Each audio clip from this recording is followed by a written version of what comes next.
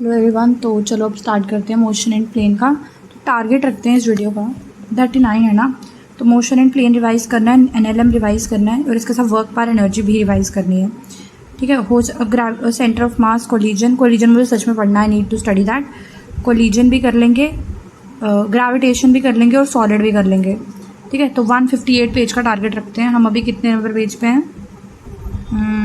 40 ना। हाँ तो ठीक है, 100-150 पेज, नॉट ज़्यादा कोई बड़ी बात नहीं है, हम कर लेंगे। अरे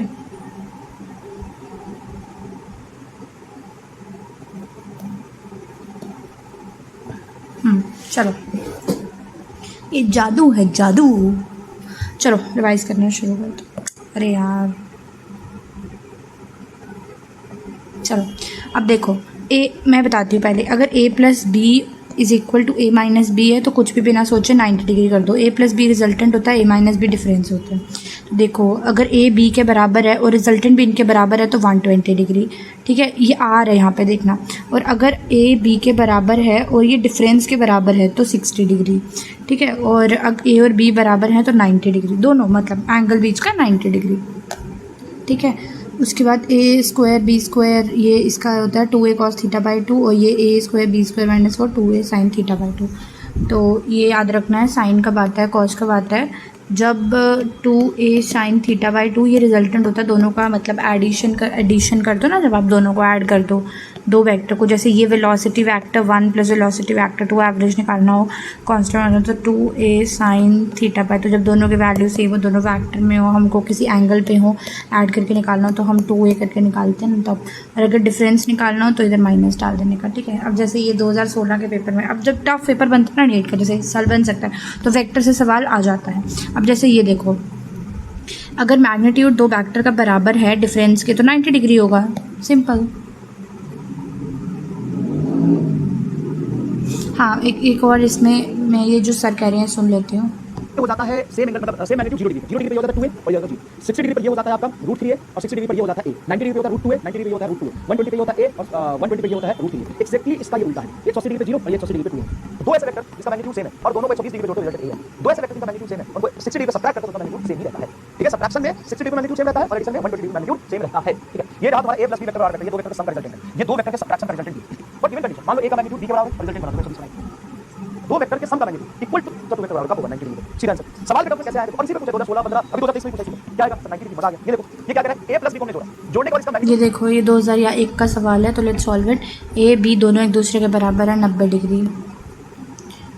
अच्छा, अब ये क्रॉस प्रोडक्ट में याद रखना है a b sine theta cross product. जैसे क्रॉस प्रोडक्ट में ये बहुत ज़्यादा याद रखना होता है आगे कौन आता है, क्योंकि ना क्रॉस प्रोडक्ट में फिर हम मतलब अगर हम क्लॉकवाइज किसी चीज़ को लें तो हम उसको पॉजिटिव लेते हैं और एंटी क्लॉकवाइज लें तो हम उसको नेगेटिव लेते हैं।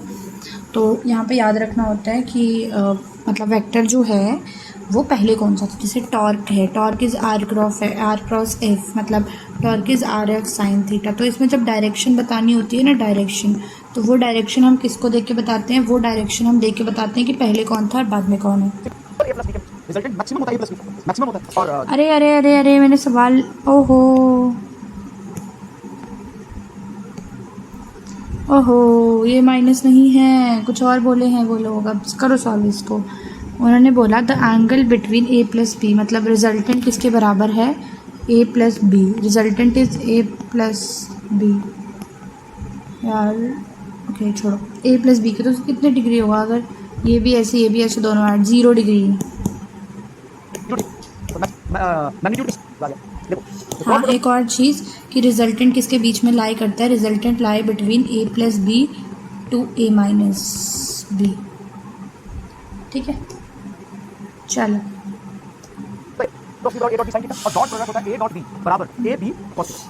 डॉट प्रोडक्ट दे रखा है आगे, नहीं दे रखा, तो डॉट प्रोडक्ट भी यहीं पढ़ लेते हैं। डॉट प्रोडक्ट होता है A B sine theta cos theta, sorry, A B cos theta is equal to A dot B. इसकी एग्जांपल है work done which is equal to F dot S which is equal to F S cos theta. अब जब भी ये 90 degree पे होता है तो वर्क डन 0 आ जाता है। ये वेक्टर होता है, इसका जो डायरेक्शन रहता है, a क्रॉस b मान लो c वेक्टर है, c vector always perpendicular to a vector and b vector और a b के प्लेन से परपेंडिकुलर। हाँ, और ये भी एक इसका बहुत बहुत बहुत इंपॉर्टेंट वो है, तो always keep this in your mind कि ये जो वेक्टर हैं अगर, तो देखो ना ये वेक्टर कभी भी 0 डिग्री पे होंगे तो 0 आ जाएंगे, तो मतलब वो हो नहीं सकता। तो अगर ये वेक्टर हैं तो A vector is always perpendicular like C vector, ये जो इनका सी वेक्टर है रिजल्टेंट वेक्टर, रिजल्टेंट सी टॉर्क है जैसे, तो torque is always and always perpendicular to the R and F. तो ए और बी वेक्टर को टॉर्क हमेशा क्या होगी, परपेंडिकुलर होगी और उसके प्लेन में भी होगी। जैसा लिखते हैं ना, ए बराबर Q V cross always perpendicular to A vector and B vector और ए बी के प्लेन से परपेंडिकुलर रिजल्ट। जैसा लिखते हैं ना, ए बराबर तो A cross A and B मतलब परपेंडिकुलर टू देयर प्लेन। अब देखो इसमें सर कौन सी एग्जांपल दे रहे हैं, वो फोर्स का होता है ना, F is equal to Q V into B. Q V cross, तो यही तो कहते हैं कि जो फोर्स है वो वेलोसिटी और मैग्नेटिक फील्ड के परपेंडिकुलर, लेकिन ए डॉट बी ये स्केलर रिजल्ट। तो इसमें अगर आपको ना पता हो तो मैं बता दूं, ये आपकी वेलोसिटी होती है और ये आपका मैग्नेटिक फील्ड होता है, ठीक है। तो वेलोसिटी और इसके परपेंडिकुलर का मतलब है क्यों। मान तभी तो cos 90 जीरो आ जाएगा रिजल्ट, ये होता है k डॉट i 0। क्लियर है? अब देखो सवाल, चलो अब इसमें ये देखो कैसे याद रखना है, ये देखो I1 J1 K1 K dot K1, और इसमें जैसे घड़ी चलती है वैसे चलो तो सही है और उल्टा चलो तो गलत है। ऐसा पूछते हैं सवाल क्या है, a cross b root 3 dot b, तो वैल्यू तो देखो तो सवाल में क्या पूछा है, ए क्रॉस बी ए, मतलब कि ए बी साइन थीटा जो है वो √3 ए बी कॉस थीटा के बराबर है, ठीक है। तो बताओ थीटा क्या होगा, थीटा ऐसा होना चाहिए, ए बी को ए बी से काट दो, मतलब दिख वो करने के लिए कह रही हूँ। तो टैन थीटा √3 कब आता है, 60 डिग्री पे, तो टैन थीटा कितना आना चाहिए हमारे, तो थीटा आ गया हमारे पास 60 डिग्री, ठीक है। अब इसमें से मुझे a प्लस बी की वैल्यू बतानी है, जो कि कितनी होगी, रूट में a² plus b² plus 2ab cos theta divide by 2 होता है, तो ये 2ab का हाफ होगा, तो a² b² ये फोर्थ ऑप्शन, देखो ठीक है। अब एक्सेलरेशन की बात कर लेते हैं, मोशन प्लेन में आ गए हम लोग, यार ये पिछले चैप्टर में हो जाना चाहिए थी। तो एक्सेलरेशन क्या होती है, acceleration is equal to final velocity minus initial velocity divided by total time taken. तो एक्सेलरेशन ये होती है। अब हम एक सवाल निकालते हैं, एक पर्सन है जो साउथ की तरफ चल रहा है, सडनली वो ईस्ट की तरफ चलने लगा विद सेम स्पीड, इधर जा रहा था इधर चलने लग पड़ा, ठीक है, and with the same speed उसी v के साथ, जिस v के साथ इधर था। अब बताओ the force that act on him, force किस डायरेक्शन में लगेगी। तो पहले हम इसकी रिजल्टेंट वेलोसिटी निकालते हैं, रिजल्टेंट वेलोसिटी की डायरेक्शन में ही एक्सेलरेशन लगती है, ठीक है। तो ये यहाँ ऐसे चल रहा था, ये इसके साथ भी इधर भी v, तो ये होगा √2v, तो ये लगेगा इसमें कौन सी direction, along north east, south में चल रहा था ना और ईस्ट पे मुड़ गया, तो नॉर्थ ईस्ट पे लगेगी।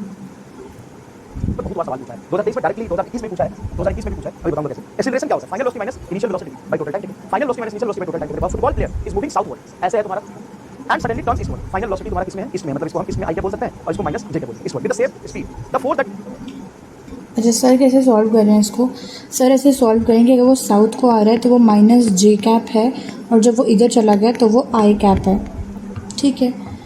तो अब मुझे बताना है कि इनिशियल वेलोसिटी थी, वो उसकी फाइनल वेलोसिटी है, initial velocity minus final minus initial, तो फाइनल उसमें है vi minus initial minus vj, तो vi प्लस vj, अब इसको रूट में डाल के करोगे तो v√2 यही आएगा, और i और j के बीच में होता है, तो मैंने भी तो यही करा है। आई प्लस है मतलब ये आई और ये जे, ये आ जाएगा तुम्हारा नॉर्थ वेस्ट डायरेक्शन क्या होगा, नॉर्थ वेस्ट, साउथ वेस्ट नहीं, ईस्ट वेस्ट नहीं, अलोंग नॉर्थ व्हाट नहीं, नॉर्थ ईस्ट होगा, मैं आगे बोला ईस्ट नहीं, नॉर्थ ईस्ट। बच्चा कहता है कि सर पहले तो साउथ में था और बाद में वो इसमें होगा क्या, ईस्टवर्ड आंसर, क्योंकि हम वेलोसिटी का सम नहीं कर रहे हैं, तो मैग्नीट्यूड के साथ साथ डायरेक्शन कंसीडर करते हैं। तो ये फार्मूले का माइनस, और इनिशियल वेलोसिटी साउथ में था, इसको आई कैप लोगे तो माइनस, सॉरी इसको जे कैप लोगे तो माइनस, तो फार्मूले वही जे कैप, एक x तो दिया हुआ है 5t minus 2t square I cap plus y j cap. छोड़ो अभी, चलो अब ये वाला सवाल करते हैं। कांस्टेंट एक्सेलेरेशन जब भी हो तो ये फर्स्ट जो इक्वेशन है ये लग जाती है, कांस्टेंट हो तो ये इसमें याद रखना है कि एक्स एक्सिस में अलग है, वाई एक्सिस में अलग दे रखी है। देखो ये हम जब प्लेन लेंगे ना 2D लेंगे तो उसको 1D की तरह सॉल्व करने का ट्राई करना, you will get your answers very easily. Okay, तो ये कांस्टेंट एक्सेलेरेशन का सीन है। अब एक्स और वाई कोऑर्डिनेट हैं, एक्स टाइम का ये है, वाई में ये है। एक्स और वाई जो हैं ये मीटर में हैं और टाइम सेकंड में है, तो एक्सेलेरेशन बताओ कितनी होगी। तो अगर मैं एक्स एक्सिस एक्स के अकॉर्डिंगली वेलोसिटी निकालूं तो वो होगी 5 माइनस 4t, और एक्स के मेरी -4 एक्सेलेरेशन है एक्स में, और वाई में मेरी एक्सेलेरेशन है 0। तो all the acceleration is in that, and time का कोई फंक्शन है तो इट इज़ ऑलवेज भी -4।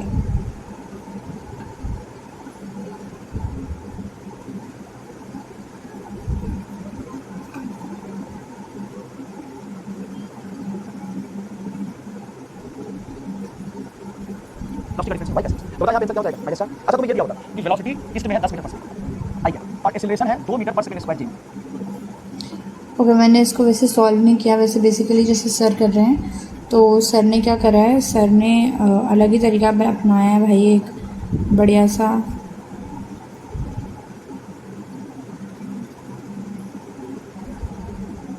क्या पोजीशन दिया हुआ है आपको x बराबर 5t माइनस 2t स्क्वायर और y बराबर 10, y बराबर 10। एक्जेक्टली ये सवाल पहले कैसे पोजीशन वेक्टर बराबर क्या हो sir, x i cap y j cap, x ही तो दिया हुआ है 5t minus 2t square i cap plus y j cap मतलब 10t कैप। अब एक बात बताओ, फील आता है तो कमेंट बॉक्स में लगाना, पोजीशन वेक्टर को ऐसे लिखना या आप। ओके, सर बता रहे हैं कि पोजीशन वेक्टर को कैसे लिखना है। पोजीशन वेक्टर को लिखते हैं एक्स आई कैप प्लस वाई जे कैप। तो अगर मैं इसे लिखना चाहूँ तो मेरा, अच्छा ये सर इसका आंसर नहीं बस सिखा रहे हैं। तो पोजीशन वेक्टर होता है 5t minus 2t square I cap plus 10t J cap. Component को i अलग दे देना और j अलग दे देना, y अलग दे देना, एक बात है। अब अभी तो और y को डिफरेंशिएट करने तो dy dt vy मिलेगा जो कि 10t है, वही तुम्हारा जवाब। इतना याद रखना कि मोशन इन द प्लेन में x एक्सिस और y एक्सिस दोनों इंडिपेंडेंट है। x एक्सिस नीट में सवाल इस पर भी पूछा है, समझ आया क्या? समझ आया क्या? x का अलग लेना है, y का बिल्कुल अलग, ठीक है। ये तो equation of trajectory, equation of trajectory कैसे निकालते हैं? मान लो तुमको x दिया हुआ है, जैसे x दिया हुआ है तुम्हारा a sin ओमेगा।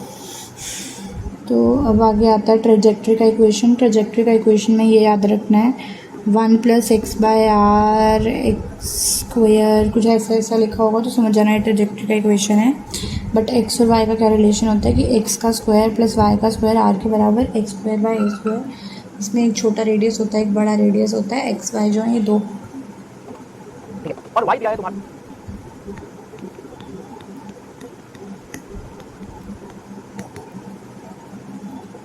एक और समझ, तुमको बोल रहा है कि पार्टिकल का x और y कोऑर्डिनेट ऐसे चेंज हो रहा है, पार्टिकल का x और y कोऑर्डिनेट ऐसे चेंज हो रहा है, ठीक है। चेंज हो रहा है, इक्वेशन दे दिया x और y कोऑर्डिनेट ऐसे चेंज हो रहा है, इक्वेशन ऑफ ट्रेजेक्टरी। तुमको इक्वेशन ऑफ ट्रेजेक्टरी निकालने का मतलब होता है कि x और y का रिलेशन निकालो, इस तरीके से टाइप होता है। तो इन दोनों का स्क्वायर करके दो, x square plus y square बराबर क्या हो, a square sin square minus a square cos square, a square बाहर आएगा sin स्क्वायर cos स्क्वायर 1 होता है। ये किसका इक्वेशन सर्कल है, पार्टिकल किस पे चल रहा है। अगर तुमको दिया हुआ x बराबर a sin omega t and y बराबर दिया हुआ b sin ओमेगा t, मतलब पार्टिकल किस पे चल रहा है। sin और cos का मतलब नहीं कि साइड पे चल रहा है, sin और cos का मतलब x का value sin unit value change हो रहा है, y का वैल्यू sin यूनिट चेंज हो रहा है। पाथ कैसा होगा तो y का एक्सेलरेशन दोनों डिवाइड करो sin sin कर जाएगा। तो y आ जाएगा तुम्हारा b/ax, मतलब पार्टिकल स्ट्रेट लाइन पर चल रहा है, पार्टिकल स्ट्रेट लाइन पर चल रहा है, खत्म। पार्टिकल स्ट्रेट लाइन पर चल रहा है, खत्म। अब यहीं पे तुम्हें अगर a और b दिया होता, पार्टिकल किस पे चल रहा होता, खत्म। देखो इक्वेशन, अब देखो particle move in the position vectors given by r बराबर 1 है, इसमें दिया तो 1 cos ओमेगा t आई है एंड sin ओमेगा t, ये भी 1 है, ये भी 1 है, बताओ क्या होगा। x ये तो है पोजीशन वेक्टर का x कंपोनेंट, ये y पोजीशन वेक्टर, दोनों का स्क्वायर करके दोगे सर्कल है। तो पार्टिकल कहां पे चल रहा है, circle. Velocity and acceleration are perpendicular, और सर्कल पे वेलोसिटी एंड एक्सेलरेशन परपेंडिकुलर होता है। कैसे, ये देखो ये वेलोसिटी और ये acceleration uniform circular motion perpendicular होता है, सही है।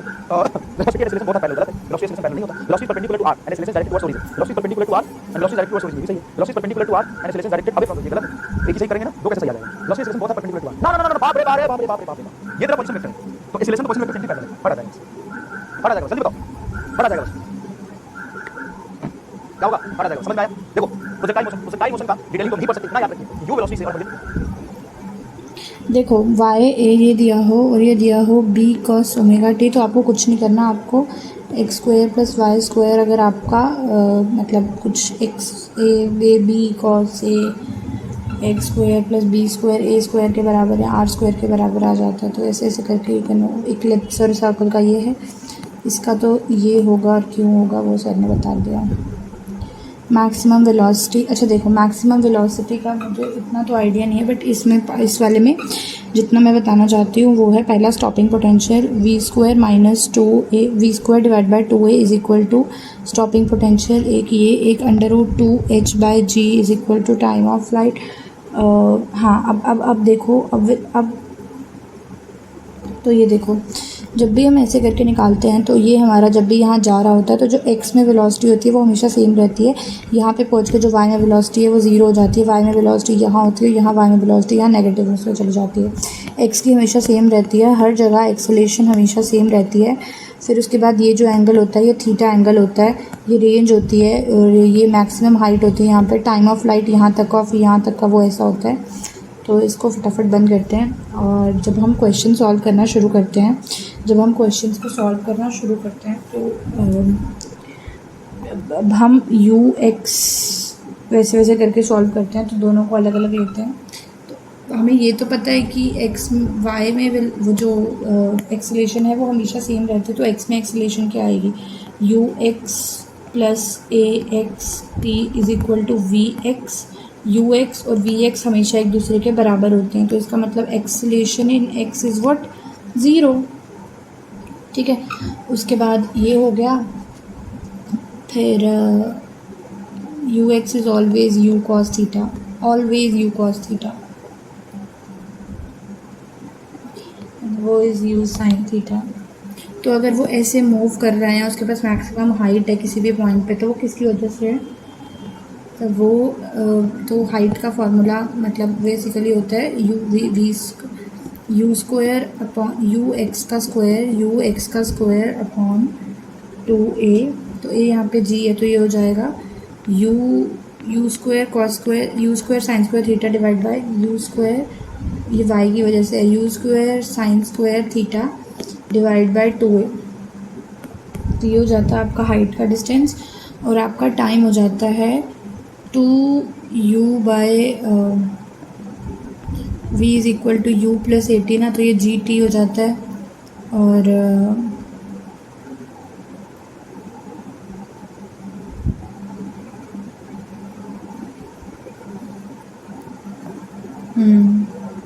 u square u sine theta by g और 2u sign theta by g भी होता है।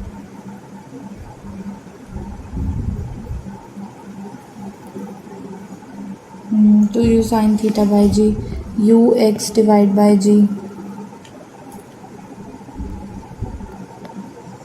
ये हाइट मैक्सिमम और ये रेंज है u square sine 2 theta by G, u square sine 2 theta by G. ये distance is equal to velocity upon time करके आ रहा है, तो time is u sine theta by G, u sine theta by जी।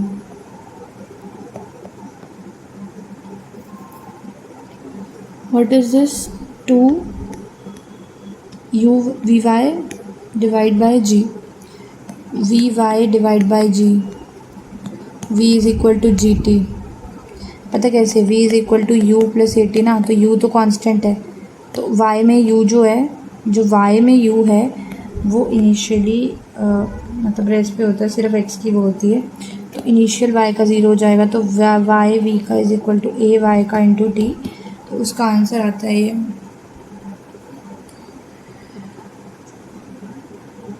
सवाल direct किससे पूछेगा, कोई भी रॉकेट साइंस नहीं है, और किस फॉर्मूले पे कब सवाल पूछना है चीज देखेगा। चलो लेट्स सॉल्व इट। एक बुलेट है जिसकी स्पीड है 280, डायरेक्शन है 30 above the horizontal, maximum speed कितनी है अटेन करेगी। Bullet is fired from a gun of speed, ये इसकी u है, अब मुझे निकालना है u साइन थीटा, हाफ होता है 140।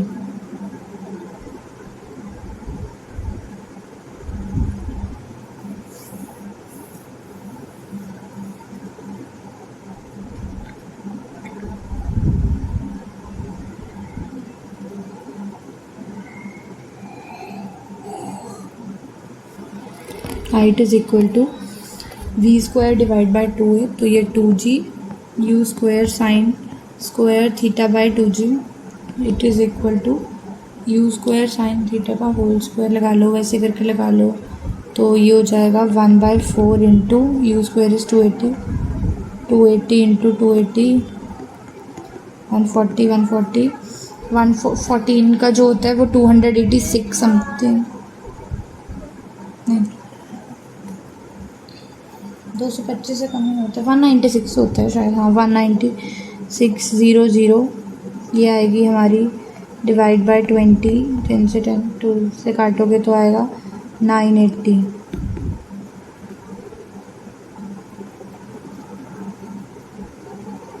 हज़ार के पास आएगा, क्योंकि मैंने वो 9.8 था, मैंने 10 ले लिया ना। ठीक है, अब ये देखो वेलोसिटी एट मैक्सिमम हाइट पे कितनी वेलोसिटी होती है, जो मैक्सिमम हाइट से फेंकते हैं तो 2gh होती है। सॉरी, मैं पिछले शायद आधे घंटे से पढ़ रही हूँ, बट मैं ये ऑन करना भूल गई थी। Really sorry about it.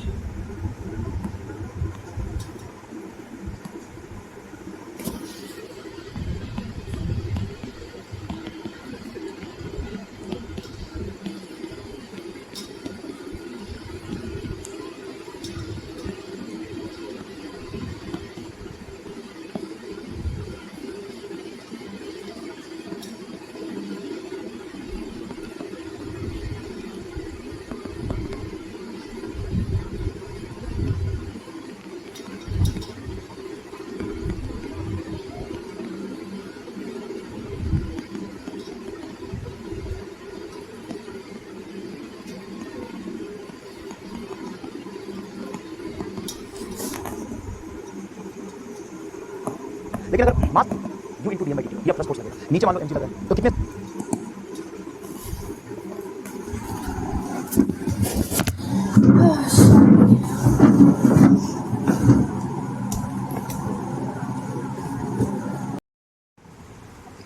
बिल्कुल जल्दबाजी नहीं करनी, 3 दिन है अभी, कोई बात नहीं, वील डू इट। तो फटाफट ये देखते हैं, अब सर के साथ साथ सॉल्व करते हैं, क्योंकि मैं इसको रोक के सॉल्व नहीं करने वाली, इसमें बहुत सारा टाइम लग रहा है। आँखें बंद कर देती हूँ, गर्मी में बैठ के पढ़ना मुझे। हमेशा हमेशा पूरे सिस्टम के मास को एक साथ मान के इस रिलेशन निकाल दो। बोलो कितना फोर्स लग रहा है? 14। एबीसी का मास हो कितना है? 4 तो 1 7 तो 2 मीटर पर सेकंड स्क्वायर के सेल्सियस तीनों साथ चल रहा है। तीनों साथ चल रहा है 2 मीटर पर सेकंड के स्क्वायर के सेल्सियस। ठीक है, ये तो समझ में आ गया। कांटेक्ट का फ्रिक्शन स्ट्रेस सोल्व कीजिए। Force of 14 metre by 4 in the contact force between enemy. जिस कांटेक्ट फोर्स बोला है वहां दोनों को सेलेक्ट करो। अगर डीसी पूछा तो डीसी को सेलेक्ट करो, एबी पूछा तो एबी को सेलेक्ट करो। तो ये तुम्हारा बच गया अकेला है, और ये बच गया तुम्हारा सी, और ये सी करेक्ट मान। अब मुझे बताओ कि ए वाला ऑब्जेक्ट आगे वाले बी पर ज्यादा कम आगे वाले ऑब्जेक्ट पे नॉर्मल आगे, ए पर नॉर्मल पीछे। अगर मैं ए का मोशन देखूं तो ए पर 14 मीटर आगे लगा था। आई कांटेक्ट ना फ्रिक्शनलेस सरफेस सोल्व कीजिए। फोर्स ऑफ 14 मीटर बाय 4 कीजिए। Then the contact force between enemy. जिस दो पॉइंट के बीच में कांटेक्ट फोर्स बोला है वहां से दोनों को सेपरेट करो। अगर डीसी पूछा तो डीसी को सेपरेट करो, एबी पूछा एबी को सेपरेट करो। तो ये तुम्हारा बच गया अकेला है, और ये बच गया तुम्हारा बी, और इसका सी करेक्ट मान। अब मुझे बताओ कि ए वाला ऑब्जेक्ट आगे वाले बी पर ज्यादा कम डीसी पूछा तो डीसी को सेपरेट करो, एबी पूछा then the contact force between enemy. जिस दो पॉइंट के बीच में कांटेक्ट फोर्स बोला है वहां से दोनों को सेपरेट करो। अगर डीसी पूछा तो डीसी को सेपरेट करो। ओके, तो सर कह रहे हैं कि कांटेक्ट के लिए जहाँ से कांटेक्ट पूछा वहाँ से सेपरेट कर दो, वहाँ से सेपरेट।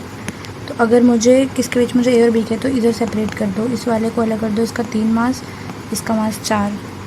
वैसे जो आंसर मुझे लग रहा है वो ये है कि इंटू 2 यहाँ पे 8 खर्च हो जाएगा, और जब हम क्या कहते हैं 14 में से 8, रुक जाओ, 4 2 कितना होता है, 4 2 8 होता है ना, हाँ 8 खर्च हो जाएगा। हमारे पास टोटल फोर्स 14 में से 8 खत्म हो जाएगा, इस पर 6 न्यूटन लगेगा। मेरा ये आंसर है, पता नहीं इस पे आंसर ये क्या। तुम्हारा बच गया अकेला है, और ये बच गया तुम्हारा बी, और इसका सी करेक्ट मान। अब मुझे बताओ कि ए वाला ऑब्जेक्ट आगे वाले बी पर ज्यादा कम आगे वाले ऑब्जेक्ट पे नॉर्मल आगे, ए पर नॉर्मल पीछे। अगर मैं ए का मोशन देखूं तो ए पर 14 मीटर आगे लगा था, अच्छा 14 मीटर आगे लगा। बी ए पर पीछे वाला पीछे नॉर्मल लगेगा, तो 14 आगे नॉर्मल पीछे, माइनस करेंगे तो हेड फोर्स आएगा 14 माइनस बराबर इसका इसको आगे बराबर मास इनटू एक्सेलरेशन। मास बोलो कितना है, सिर्फ 4 ये मास आ गया 4, 14 माइनस 3 बराबर 4 गुना 8, 3 बराबर आएगा 14 माइनस 1 बराबर 6। अब मैं तुम्हें यहां पे कई तरीके की चीजें सिखा सकता हूं। मेरे 24 साल के न्यूमरोलॉजी एक्सपीरियंस ने मुझे सिखाया है कि दुनिया में 80% लोग गलत प्रोफेशन में अपने अब मैं तुम्हें यहां पे कई तरीके की चीजें सिखा सकता हूं, कई तरीके की चीजें सिखा सकता हूं, लेकिन काम तुम्हें ये सिखाऊं 50 तरीके की जाती है, 50 आपको बताऊं मजा आएगा। तुम बता टोटल सिस्टम पे नेट फोर्स कितना लगना है, टोटल सिस्टम का मास कितना है। अगर मैं किसी भी ऑब्जेक्ट पर नेट फोर्स देखूं तो कितना लगना चाहिए, सब नेट फोर्स होता है मास इक्वल, इस पर नेट फोर्स कितना लगना चाहिए, तो इसका मास 8, इसका मास 4, और इसका 8 लगना चाहिए। अभी तो 14 लगाया है, तो ये तो 8 चिंता देगा, दिया 14 चाहिए 8 ला गया 14 चिंता देगा। ये ब्लॉक है, कंसेप्ट समझना, ये 4 के ब्लॉक ये तो फोर्स कितना चाहिए, सब 8 फोर्स चाहिए, ऐसे होगा। लेकिन सबका कुछ नहीं काम आएगा, पूरा पूरा नचा दूंगा दिमाग में कुछ काम नहीं आएगा। काम क्या है कंसेप्ट, क्या कंसेप्ट कहता है, सर कॉमन इक्वेशन निकाल लेंगे, उसके बाद सिंपल सा देखो इसको 14 मीटर फिर तो कैसे लगता होगा या 3 चलो मैं अच्छा, ये मास और पुली का है। इसमें हाँ, इसमें मैं इसको जैसे सॉल्व करती हूँ मैं बताती हूँ। ये mg नीचे लगाती हूँ, mg नीचे लगाती हूँ, इसमें से जो नीचे आ रहा होता है उसकी तरफ एक्सेलरेशन कर देती हूँ, इसकी एक्सेलरेशन ऊपर। बट इसमें क्या होता है, बड़े वाला माइनस छोटे वाला, बड़े वाला प्लस छोटा।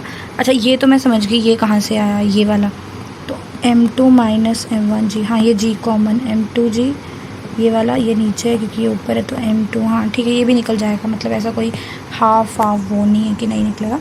तो if I go to solve this question, क्या करना है, तुम दोनों का मास हो गया, इसका मास हो गया, कोई दिक्कत नहीं है। m2 - m1 / m2 + m1 * g, ये पुली ब्लॉक सिस्टम एक्सेलरेशन होता है। टेंशन पूछे तो 2m1 m2 बटा m1 * m2 * g ऐसे टेंशन है। क्लियर है? बता इसका क्या होगा आंसर। तो एक्सेलरेशन बराबर 1 + 6 - 4 बटा 6 + 10 * 6 + 4, 6 4 10 से 10 करके 6 - 4 को एक्सेलरेशन आ जाता है g बटा 5। ठीक है। अच्छा, मैं क्या कह रहा था कि मान लो 3 ब्लॉक नहीं होता तो कोई दिक्कत नहीं है, मान लो ब्लॉक लटका भी होता है, हमको पूर्वक बनाएगा, इन दोनों को जोड़ के एक मास मान लीजिए, इधर वाला मान लीजिए। इस पर ऐसा सवाल अगर आ जाए, मान लीजिए ब्लॉक है m1 मास का, यहाँ से ब्लॉक है m2 मास का और ऐसे लगता है, तो सिस्टम का एक्सेलरेशन क्या होगा। तो इस सिस्टम का एक्सेलरेशन लगता हुआ मास वही बताएगा m2 g बटा m1 + m2। इसमें टेंशन होगा, इसमें 2m1 m2, सिंपल आता है m1 m2 बटा m1 + m2 * g। मजा आ गया, मजा। चलो अब अगर ऐसा क्वेश्चन सॉल्व करते हैं इस तरीके से जिससे मैं कर रही थी, m1 और ये m2, यहाँ पुली है, ये ऐसे और ये ऐसे, ठीक है। तो अब देखते हैं, ये नीचे, ये इसकी वजह से चलेगा m2g, एक्सेलरेशन नीचे की तरफ, इसकी एक्सेलरेशन मतलब वही, ठीक है, m1g, और इसका भी नीचे की तरफ लगेगा m1g। तो एक्सेलरेशन जो है वो ये होगी, तो ये होगा इसकी टेंशन ऊपर, इसकी टेंशन इधर।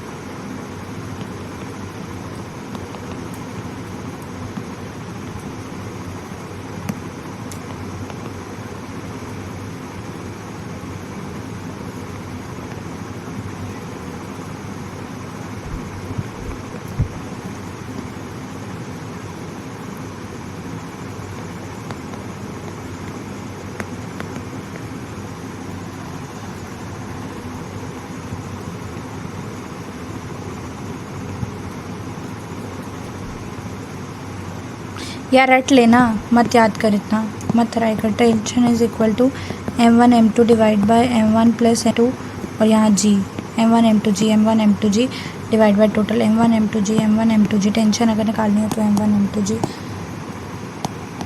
अच्छा, अगर कर दे ये 3 ये 1 है। अब मान लो कि नीचे गिरा तो ऑब्वियसली बात इसका मास नीचे खींच रहा है m1g, तो इसका रोक रहा है m2g, इसका तो नॉर्मल बैलेंस चलेगा, बट टोटल सिस्टम का चलेगा m1 m2 बटा m1 + m2 + m3, ये खत्म नहीं है, यही है 2g, इसका तो नॉर्मल बैलेंस चलेगा। बट अब मान लो कि नीचे गिरा तो ऑब्वियसली बात इसका मास नीचे खींच रहा है m1g, तो इसका रोक रहा है m2g, इसका तो नॉर्मल बैलेंस चलेगा, बट टोटल सिस्टम का चलेगा m1 m2 बटा m1 + m2 + m3, ये खत्म नहीं है, यही है, खत्म खत्म खत्म। समझ में आएगा। अब ये बहुत इंपॉर्टेंट सवाल है भाई साहब, 4 बार सेम सवाल पूछा है, 2023 में, 2021 में, 2016 में, 2000 सेम सवाल पूछा है। क्या किसी भी एंगल से जाके करना है, क्या कहता है किसी भी एंगल पे m1 * m2 होगा। मैंने क्या कर दिया m1 * m2 सही है, बट m1 * m2 सही है, यहाँ पे 2m1 * m2 बटा m1। अरे ये प्रिंटिंग मिस्टेक है, नहीं वो बोर्ड की गलती है बेटा, मैंने यहाँ पे ना ब्लू कलर से लिखा, बोर्ड ब्लू से तुमको दिखा नहीं। अब वैसे भी मान ले एक्सप्रेशन लिखाओ, क्या टेंशन हो, कोई एक्सप्रेशन तो क्या डायमेंशन तो नहीं हो सकता, कोई डायमेंशन टेंशन डायमेंशन जाओ, एक्सप्रेशन डायमेंशन भी देखेगा, तो मास प्लस मास और मास मास तो एक्सप्रेशन याद है, mass into mass plus mass तो उधर एंटी बदलो। तो भाई साहब डायमेंशन को कैलकुलेट करना, अरे भाई साहब वो बोर्ड का पहले देख डायमेंशन को कैलकुलेट इधर देख ये तेरा वर्टिकल सरफेस है। अगर वर्टिकल सरफेस है, सही बात, वर्टिकल सरफेस इसका सवाल क्या पूछता है, नॉर्मल से कितना एंगल या सरफेस से कितना एंगल है, उसको चेंज इन मोमेंटम क्या होगा, और चेंज इन मोमेंटम पूछेगा और टाइम देके 40 सवाल लिखा rigid ball of mass m is like a rigid ball at 60 degree and gets reflected without loss of speed as shown in the figure. Then value of impulse imparted by the ball on the ball, value of impulse imparted on the ball. सवाल कैसे करते हैं ध्यान सुनना, क्या ये ball ऐसे जा रहा है, जिस वेलोसिटी से गया है, ध्यान सुनना मेरी बात, जिस वेलोसिटी से गया है उसी वेलोसिटी से टकराएगा, जिस वेलोसिटी से गया है उसी वेलोसिटी से टकराएगा, नहीं सर, जिस वेलोसिटी से गया उस वेलोसिटी से नहीं टकराएगा। इसका दो कंपोनेंट लेंगे, ये वाला दीवार से टकराएगा, ये वाला ऐसे ही फिसल जाएगा, ऐसे ही फिसल जाएगा, इस पर कोई फर्क नहीं। अब बताओ यहाँ से एंगल तुमको ये नॉर्मल से लिया 60, ये 60 होगा, हाँ सर, तो टकराया कितना, v cos 60, ये v sin 60 तो ऐसे ही फिसल जाएगा, ऐसे ही फिसल जाएगा, इससे टकराएगा v cos 60, सेम स्पीड से है तो v cos 60, तो चेंज इन वेलोसिटी हो जाएगा v cos 60। तो मोमेंटम चेंज इन वेलोसिटी और मास से मल्टीप्लाई करो, मोमेंटम टाइम से मल्टीप्लाई कर दो तो फोर्स, टाइम से डिवाइड कर दो तो फोर्स होगा, तो क्या आ जाएगा आंसर, फिर वैल्यू ऑफ इंपल्स सिर्फ इंपल्स पूछा, तो 2vm मास कितना होगा m होगी और थीटा एकदम 60, तो cos 60 कितना हो जाएगा, हाफ कट गया, नहीं आ गया, सी आ गया। तो तुमको क्या करना है, दीवार की तरफ वाली वेलोसिटी 2023 में क्या पूछा था, 2023 में ये पूछा था, ऐसे आया v वेलोसिटी से और सरफेस एंगल की तरफ से। बेटा तुमको क्या करना है, तुमको क्या करना है, दिल बढ़ाना समझ में आया, सबसे पहले क्या करना है, ये थीटा दिया हुआ है तो वेलोसिटी में ये कंपोनेंट थीटा होगा। अब अगर ये v से इधर आ रहा है तो v cos थीटा से डैश कोई फर्क नहीं, ऐसे ही चल जाएगा, ऐसे ही चल जाएगा, दीवार पर आके टकराएगा, तो टोटल चेंज इन वेलोसिटी कितना होगा, तो भी टोटल चेंज इन वेलोसिटी कितना होगा, तो भी समझ में आएगा, समझ में आएगा। चलिए स्यूडो फोर्स के सवाल,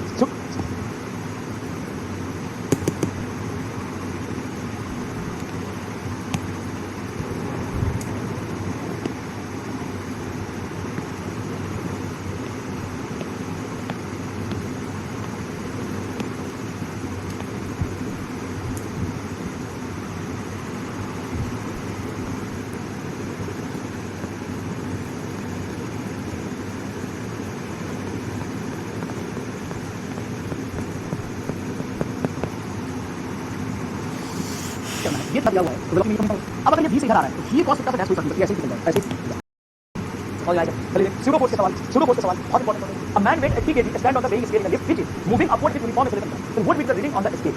मैन वेट 80 kg आदमी हो, 80 kg भारी आदमी हो, हमारा ही hand on the weighing 80 kg का असली आदमी जाके वेइंग मशीन पे हो गया जो लिफ्ट में रखा है, भाई ऊपर जा रहा हूं, ऊपर जा रहा हूं 5 मीटर पर सेकंड, लिफ्ट ऊपर जाए तो 5 मीटर पर second.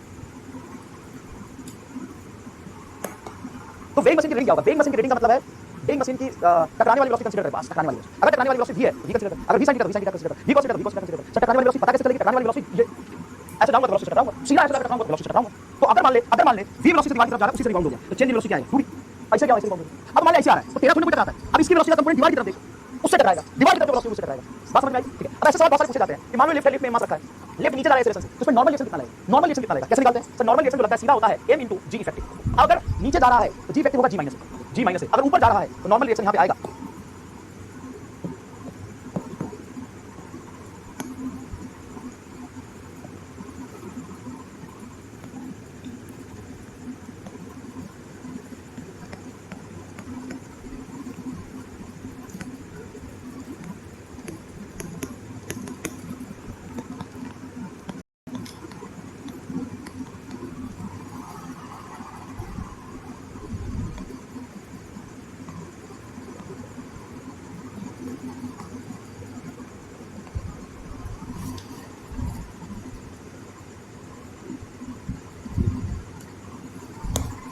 m g effective g plus a। तो देखो 80 kg का आदमी है तो 80 g की वैल्यू 10 और 5 15, तो 80 गुना 15 8 पे 40 120 1200 निकल।